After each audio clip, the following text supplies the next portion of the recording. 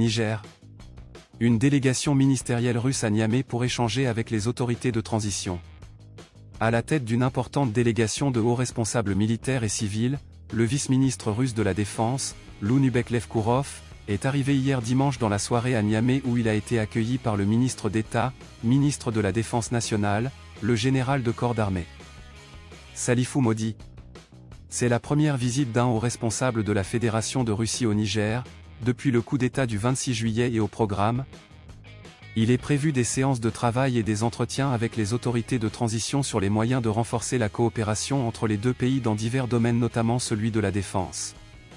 Arrivé de Ouagadougou après un séjour, samedi 1er décembre, à Bamako, la délégation ministérielle russe a été accueillie à l'aéroport international Diori Amani de Niamey par le général de corps d'armée Salifou Modi, avec qui elle a eu un premier entretien dans le salon d'honneur. Au cours de cette première visite d'une délégation de niveau ministériel, depuis l'avènement du CNSP, les officiels russes auront des entretiens avec leurs homologues nigériens sur les moyens de renforcer la coopération bilatérale dans plusieurs domaines, mais également dans le cadre de la nouvelle Alliance des États du Sahel, AES, créée en septembre dernier par le Niger, le Mali et le Burkina Faso.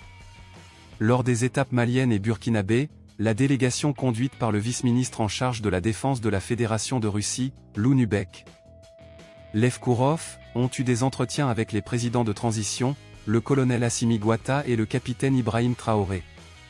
Des rencontres qui ont été précédées par des sessions avec plusieurs membres du gouvernement pour avancer plusieurs projets dans les domaines de la défense, de l'économie, des télécommunications ainsi que des transports. La délégation russe a, à cette occasion, tenu à exprimer sa satisfaction quant à la création de l'Alliance des États du Sahel, AES, qu'elle considère comme un cadre idéal pour la coopération entre la Fédération de Russie et les États du Sahel. Selon les émissaires de Vladimir Poutine, cette alliance offre une plateforme privilégiée pour lutter ensemble contre le